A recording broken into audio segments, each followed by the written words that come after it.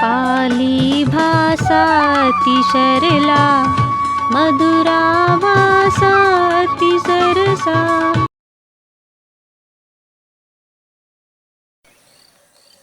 नवोध्याय मित्रों, आज हम फिर से पाली के एक नए पाठ के साथ आपके समक्ष उपस्थित हुए हैं। इसके पहले आपने पाली के कुछ छोटे छोटे अंशों का अध्ययन कर लिया है। आपने अहंग के माध्यम से कुछ पाली शब्दों को सीखा है। आज हम कुछ और नए शब्दों को सीखेंगे। आप अच्छी तरह जानते हैं कि जो शब्द पुरुष जाति का बोध कराते हैं उन्हें पुल्लिंग कहा जाता है। इसी प्रकार जो शब्द स्त्री जाति के बोधक होते हैं उन्हें स्त्रीलिंग शब्द कहते हैं। ऐसे शब्द जो पुरुष जाति का बोध कराते हैं उन्हें पुल्लिंग कहते हैं। जैसे पुरुषो, पुरुषों का अर्थ होता है पुरुष। नरो यानी नर, नरों का अर्थ होता है नर। मनुष्यो यानी मनुष्य। बुद्धो यानी बुद्ध। बालको, ये सभी पुल्लिंग शब्द है। इसी प्रकार कुछ शब्द स्त्री जाति का बोध कराते हैं, उन्हें इत्थलिंग सद्दा कहा जाता है। पाली में बहुत सारे स्त्रीलिंग शब्दों का प्रयोग पद पद पर हुआ है। हम कुछ स्त्रीलिंग शब्दों को देखते हैं। उपासिका, साधिका, लता, माला, गोमती, गौतमी, वैशाली, अम्बपाली, ये कुछ इत्थलिंग शब्दों के उदाहरण हैं। आइए अब हम कुछ और शब्दों का प्रयोग करते हैं। इसके पहले पाठ में आपने बहुत सारे शब्दों को जाना और उनका प्रयोग भी अहंग के साथ किया है। जैसे अहंग पुरुषो, अहंग आचार्यो, क्योंकि आपने इसके पूर्व पाठ में व्यवसायों के विषय में जाना और व्यवसाय अपने नाम के साथ व्यवसाय को जोड़कर आपने दो नए वाक्य बनाने का प्रयास किया और इसी कारण आपने बहुत सारे नए शब्दों को और नए वाक्यों को भी सीखा। दोस्तों, पाली एक बड़ी ही सरल भाषा है। इसमें वाक्य संरचना भी बड़ी ही सरल है। थोड़े से प्रयास करने पर आप पाली सरलता से सीख सकते हैं। तो आइए आज हम कुछ नए शब्दों के प्रयोग द्वारा पाली का शिक्षण प्राप्त करें। जैसे अहंग आचार्यो, अहंग आपनिको, अहंग वर्णलेपको, अहंग कलाकारो, ये सभी पुल्लिंग शब्द है। इसी तरह से स्त्रीलिंग शब्द का प्रयोग करते हुए भी वाक्य बनाए जा सकते हैं। जैसे कि अहंग आचार्या, अहंग मालाकारा, अहंग वाणिजा, अहंग वर्णलेपिका, अहंग नच्चकी, अहंग गीतकारा, अहंग संगीतकारा, अहंग गायिका।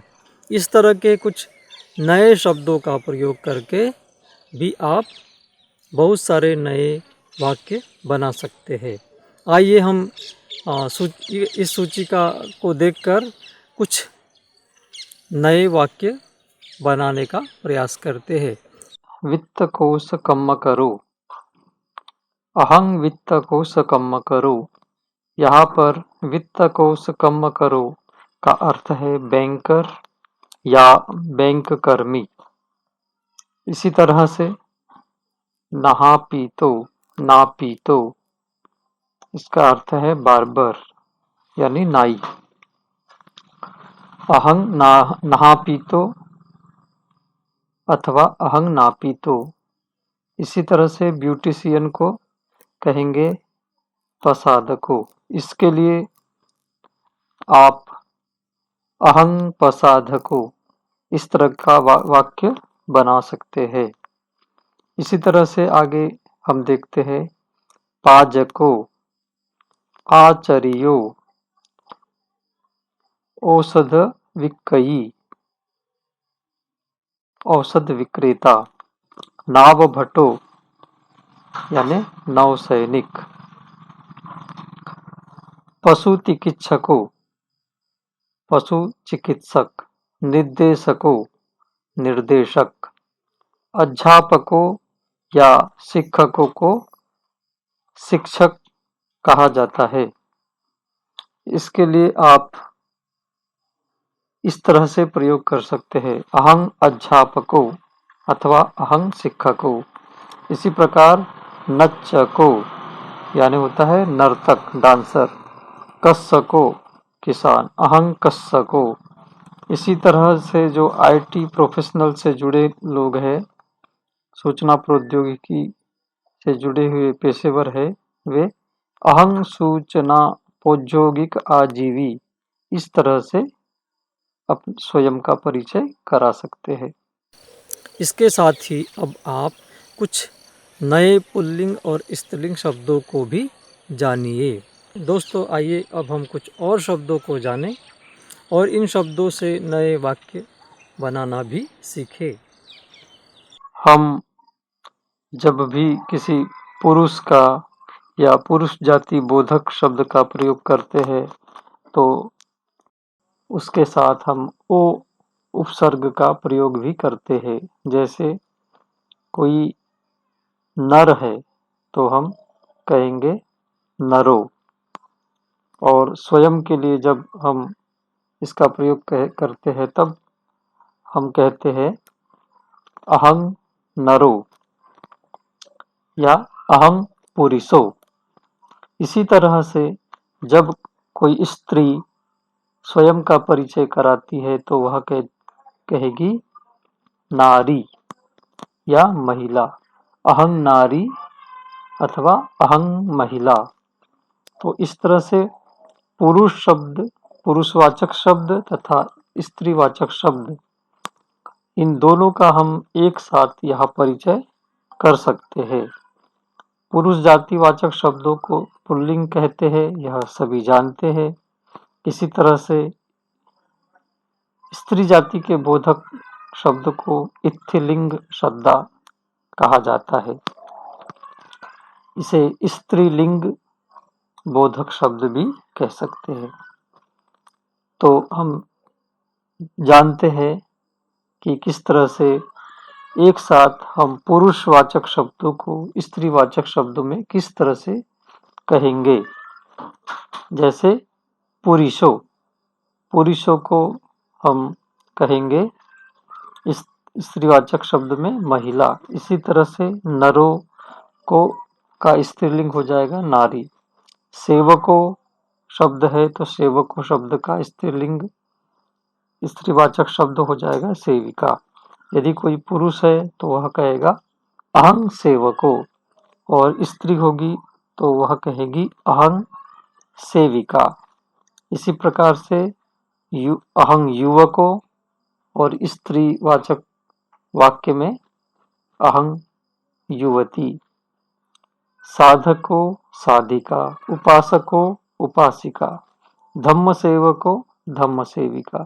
यदि कोई धम्म सेवक है तो स्वयं को परिचय कराते हुए कहेगा अहं धम्म सेवको, और यदि धम्म सेविका है, कोई उपासिका है, तो वह स्वयं को कहेगी अहं धम्म सेविका। दोनों प्रकार के शब्द में हमारा जो सब्जेक्ट है वह हमेशा अहं ही रहेगा। अहं का अर्थ होता है मैं। अहं सब जगह समान रहता है, उसमें कोई परिवर्तन नहीं होता है। क्रमशः पुल्लिंग और स्त्रीलिंग में इस तरह के प्रयोग किए जाते हैं। इसी तरह से संगरक्षितो संगरक्षिता, समाज सेवको समाज सेविका, भिक्षु भिक्षुणी, कोई भिक्षु होगा तो वह स्वयं का परिचय कराते हुए बताएगा अहं भिक्षु। इसी तरह से कोई भिक्षुणी स्वयं को परिचय कराते हुए कहेगी अहं भिक्षुणी। इसी तरह से सावको साविका, बुद्ध सावको बुद्ध साविका, धम्मपालको धम्मपालिका, इस तरह से प्रयोग किए जाते हैं। आइए अब हम कुछ और नए शब्दों को प्रयोग करते हुए सीखें। अहं धम्म कथिको, पुल्लिंग की सूची में यह शब्द आया है। इसी तरह से स्त्रीलिंग शब्द की सूची में अहं धम्म कथिका। इसी तरह से दोनों में, पुल्लिंग और स्त्रीलिंग दोनों में कुछ प्रयोगों को हम सीधे सीधे देखते हैं। उपदेशको उपदेशिका, देशको देशिका, मानवको मानविका, छत्तो छत्ता, दहरो दहरा। इन शब्दों के अर्थ ब्रैकेट में दिए जा चुके हैं।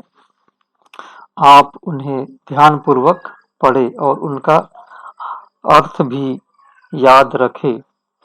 इसी तरह से जब कोई सेवानिवृत्त हो जाता है तो वह स्वयं को, पुरुष है तो स्वयं को कह सकता है अहं सेवानिवृत्तो, और कोई स्त्री जब सेवानिवृत्त हो जाती है, रिटायर हो जाती है, तो वह स्वयं को कह सकती है अहं सेवानिवृत्ता। इसी तरह से धम्मिको धम्मिका, पुरुष है तो स्वयं को बताएगा अहं धम्मिको, और स्त्री है तो अहं धम्मिका। इस प्रकार से स्वयं का परिचय कराएगी। आचर्यो आचर्या, पाचरियो पाचरिया, उपज्झायो उपज्झाया, सत्यवादी सत्यवादिनी। इस तरह के प्रयोग यहाँ पर होते हैं। आप ब्रैकेट में दिए हुए अर्थ को भली भांति समझे। जो शब्द हमारी हिंदी भाषा में आते हैं वे तो आप जानते ही हैं, और हमारी हिंदी भाषा में बहुत ज़्यादा ऐसे शब्द प्रयोग होते हैं जो मूलतः पाली भाषा के शब्द है। ऐसे शब्दों की संख्या बहुत बड़ी मात्रा में प्रयुक्त होती है। जैसे बालको, अहं बालको, अहं बालिका, ये शब्द हम बालक और बालिका के रूप में हिंदी भाषा में देखते हैं। इसी तरह से कुछ शब्द है धम्मट्ठो, धम्मिट्ठा, जो धर्म में इच्छुक होते हैं, धर्म के प्रति जिनका गहरा लगाव होता है, धर्म पर आचरण करते तो उन्हें धम्मट्ठो, धम्म के प्रति श्रद्धावान लोगों को धम्मट्ठो धम्म कहा जाता है। तो पुरुष इसको कह सकता है अहं धम्मट्ठो, स्त्री कह सकती है अहं धम्मिट्ठा। इसी तरह से महिषो महिषी, वरो वधु, वरो और वरा, ये शब्द यहाँ नीचे विशेषण के रूप में आया है। वरो का मतलब है श्रेष्ठ, तो अहं वरो यानी मैं श्रेष्ठ हूँ, या अहं वरो बालको, मैं श्रेष्ठ बालक हूँ। इसी तरह से अहं वरा बालिका, ऐसा भी प्रयोग किया जा सकता है। इसी तरह से अवेरो अवेरा, यानी वैर रहित जो होते हैं वे अवेरो या अवेरा, उस स्त्री को अवेरा कह सकते हैं। इसी तरह से भूपति भूपतानी, यह प्रयोग भी होता है। भूपति का अर्थ है राजा और रानी। इसी तरह से कुछ विशेषण है, उनमें देखते हैं उत्तमो उत्तमा, उत्तमो बालको, अहं उत्तमो बालको, अहं उत्तमा बालिका, इस तरह का प्रयोग यहाँ हो सकता है। उसी तरह से अहं सेठो पुरुषो, अहं सेठा इत्थि या सेठा महिला, अहं से ठा महिला, इस तरह के प्रयोग भी होते हैं।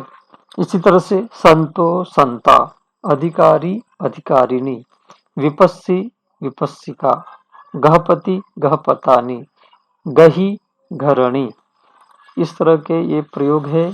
आप ब्रैकेट में दिए हुए शब्दों को ठीक तरह से समझिए और उन्हें याद करिए।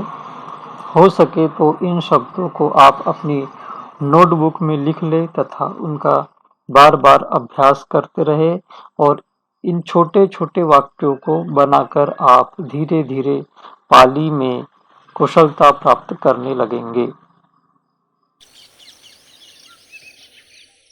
अब तक आपने बहुत सारे नए प्रयोग देख चुके हैं। पाली में बहुत सारे शब्द ऐसे हैं जो कि कुशल कर्मों को व्यवहृत करने के लिए प्रयोग में लाए गए हैं। ये शब्द पुल्लिंग और स्त्रीलिंग दोनों में प्राप्त होते हैं। इसी प्रकार कुछ ऐसे भी शब्द आपको प्राप्त होंगे जो कि समय समय पर परिस्थितिवश प्रयोग किए गए हैं। जैसे कि चोरो, चोरों का मतलब होता है चोर, वैसे ही चोरी का, स्त्रीलिंग में उसको चोरी का कहेंगे। लुद्धो, कोई शिकार करने वाला है, हत्या करने वाला है, उसको लुद्धो कहा जाता है और स्त्रीलिंग में उसको लुद्धा कहा जाएगा। इस तरह के भी कुछ प्रयोग हमने प्रयोग देखे हैं और आगे इस सूची के द्वारा भी हम कुछ ऐसे ही प्रयोगों को देखेंगे। आइए अब हम कुछ उन शब्दों को देखें जो अकुशल कर्म से जुड़े हुए हैं, क्योंकि कुशल कर्म करते समय हम कुशल शब्दों का प्रयोग करते हैं, लेकिन हमें ऐसे भी शब्दों का ज्ञान होना चाहिए जो कर्म हमें नहीं करने चाहिए, जो कर्म हमें नहीं करने चाहिए। क्योंकि धम्म को जानने के लिए, इसे धारण करने के लिए हमें दो प्रकार से शिक्षा प्रदान की जाती है कि कुशल कर्म करना चाहिए। इसलिए कुशल कर्मों के से संबंधित शब्दों का भली भांति ज्ञान होना हमें आवश्यक है। इसी तरह से ऐसे कुछ कर्म होते हैं जिन्हें हमें नहीं करना चाहिए, तो करने वाले शब्दों के बारे में भी हमें ज्ञान हो तथा जो नहीं किए जाने चाहिए उन शब्दों के विषय में भी हमें ज्ञान होना आवश्यक है। आइए इस सूची में हम देखते हैं कुछ शब्दों को जो अकुशल कर्म से जुड़े हुए हैं, संबद्ध है, उनसे संबंधित है। इन कर्मों को हमें नहीं करना चाहिए, इनसे बचना चाहिए, ताकि आने वाले समय में हम इनसे होने वाले विपाक से, इनके परिणाम से, इनके फल से बच सके। तो देखते हैं कुछ शब्द तथा उनके अर्थ को। कुटिलो यानी बेईमान, शठो यानी ठग, पापकारी यानी पापी, गर्हितो यानी गर्हित, खलो यानी दुष्ट, अधमो यानी नीच, दुम्मति को यानी दुष्ट बुद्धि, मूसावादी यानी असत्यभाषी जो झूठ बोलता है, परदारी को यानी काम मिथ्याचारी जो काम में रत होता है, अतिमानी मीन्स घमंडी, गब्बितो यानी गर्वित जो गर्व करने वाला व्यक्ति है उसे गब्बितो कहा जाता है। उसी तरह से अलसो यानी आलसी। इस तरह से इन शब्दों को भी हमें ठीक से जान लेना चाहिए। इसी तरह से हम अब कुछ व्यवसाय से संबंधित शब्दों का अवलोकन कर लेते हैं, ताकि आने वाले पाठों में हमारे पास एक निश्चित शब्दावली, शब्दकोश आ जाए, ताकि आगे का पाठ हमारे लिए और भी सुगम हो सके। आइए अब हम कुछ आजीविका से संबंधित शब्दों के द्वारा वाक्यों का निर्माण करने का प्रयास करें। आजीविका को पाली भाषा में आजीवो कहा जाता है, जैसा अष्टांगिक मार्ग के अंतर्गत बताया ही गया है। सम्मा आजीवो यानी सम्यक आजीविका। यहाँ पर इस चित्र के द्वारा कुछ आजीविका से संबंधित शब्दों के विषय में बताया गया है। यह चित्र केवल पाली शब्दों को दर्शा रहा है, इसमें हिंदी अर्थ नहीं दिए गए हैं, किंतु बड़ी ही चतुरता के साथ, बहु ही कौशल के साथ इसमें ऐसे चित्र बनाए गए हैं जिनके माध्यम से आप चित्र को देखकर ही उसका अर्थ समझ सकते हैं।